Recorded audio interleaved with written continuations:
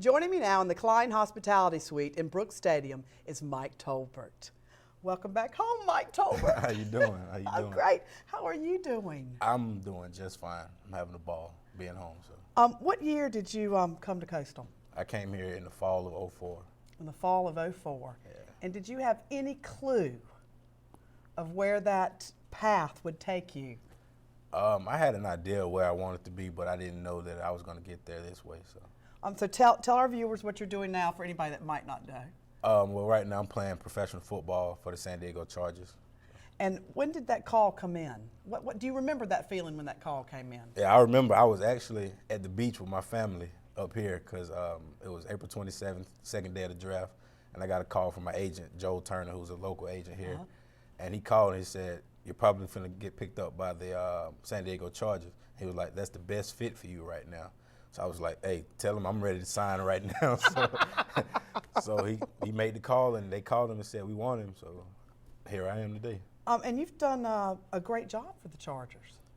Did you score a touchdown? Yeah, I scored a touchdown against the Jets. Tell me about that moment in your life.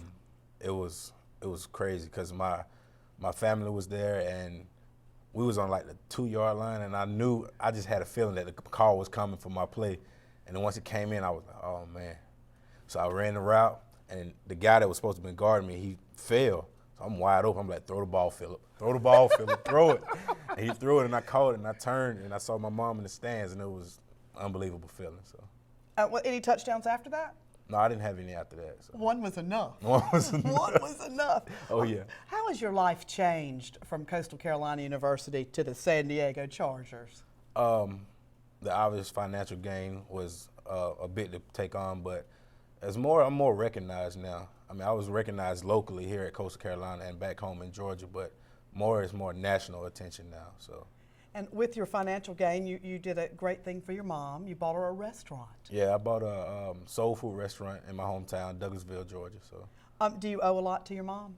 I owe my mom everything. I mean, it was her at 4 years old taking me to football practice, leaving football practice, going to basketball tryouts for AAU. You know what I'm saying? She sacrificed a lot for me, so I'm sacrificing now for her. Has she come to see you in many games in San Diego? Well, you know, she can't really make all the games because she does have the restaurant now. So she's made 6 out of the 8, probably, out of the 8 home games. So. Let's talk about Coastal a little bit. How did Coastal Carolina University prepare you for the big world?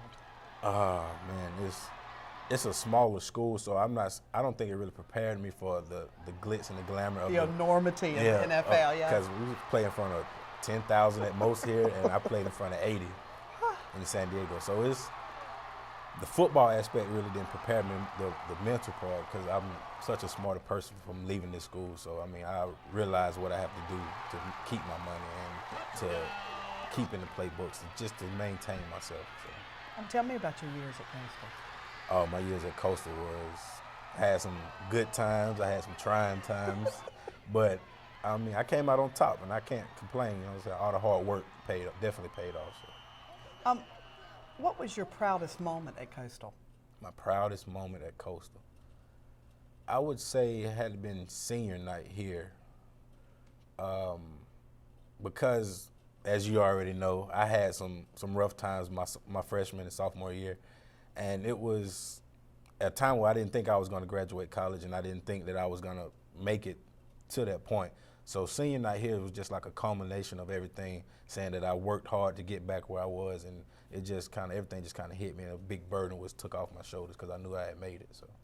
I was fortunate enough to have you in one of my classes, and you are the hardest working student in or out the athletic arena that I've ever had. Where does that drive come from? I think it comes from not coming from anything. You know what I'm saying? Like, my family never really had money. My family we had college graduates, but nobody's really made it to the top and been that successful. And I always push myself to try to be that person. So I want to be able to take care of my family. Like, I have a lot of tattoos, but every one of my tattoos has something to do with either myself or my family. So, I mean, I want to be able to take care of my family someday, so I push myself in everything that I do to make it. You were that kind of quiet, strong type that listened so well in class. You're a great listener. Where do you get that listening skill from? From your mom? Definitely. When your mother's name's Cecilia Tolbert, then if you don't listen, you will get hit upside the head a couple times. So Now, a lot of football players go off to practice during this time of the season. You have come back home, per se. yeah. Why here? I mean, first of all, a lot of the football players that go off to train, they pay for that. And I'm trying to save my money. But I mean, the main reason I come back is because I feel that Coach Boyd, who's a strength and conditioning coach here, he done a tremendous job in getting me and Tyler and Till ready for the league. So, I mean, why not come back and get the same work, only better now? So, as you said earlier, it's what got you there, yeah, so it's good enough. Exactly. It's what's got me into the league. So, you know what I'm saying, it's good enough. I have to do the extra to get it at the top. So, when you're playing ball, you come around some superstars in the NFL. Of those course. Superstar athletes. What's it like being around some of those guys? It's an amazing feeling. I can remember my first day in San Diego. I went in the facility, and I had to take a physical, and I didn't know where to go. And I turned around, and Sean Merriman was standing right here, and Antonio Gates was standing right here. And so Mike I was Tolbert in the middle. Like, and they both 6'4", 6'5". I'm like, you know, I gotta go take this physical. So he was like, yeah, go down here, Rook. That's what they call our Rook. Rook. Go down here, Rook. So I went down there, took my physical. And then a guy came and got me and said, Coach Ollie Wilson is a running backs coach. He was like, Coach wants you upstairs. So I walked upstairs, and I was struck because LT was sitting right there. And I'm like, oh, man, what do I do? So I just went in, and I, you know what I'm saying, shook both of their hands. And he was like, LT just want to talk to you, see what you're about. So LT talked to me.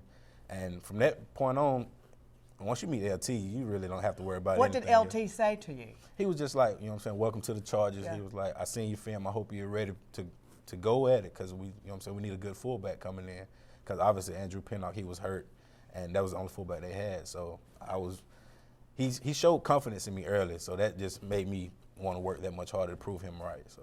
What does next season hold for you? Next season is going to be very interesting because it is a contract year for me. Okay. And also I'm fighting to get my starting position back because, as you know, I did get hurt and I lost my position because of my injury and I didn't play the last couple games.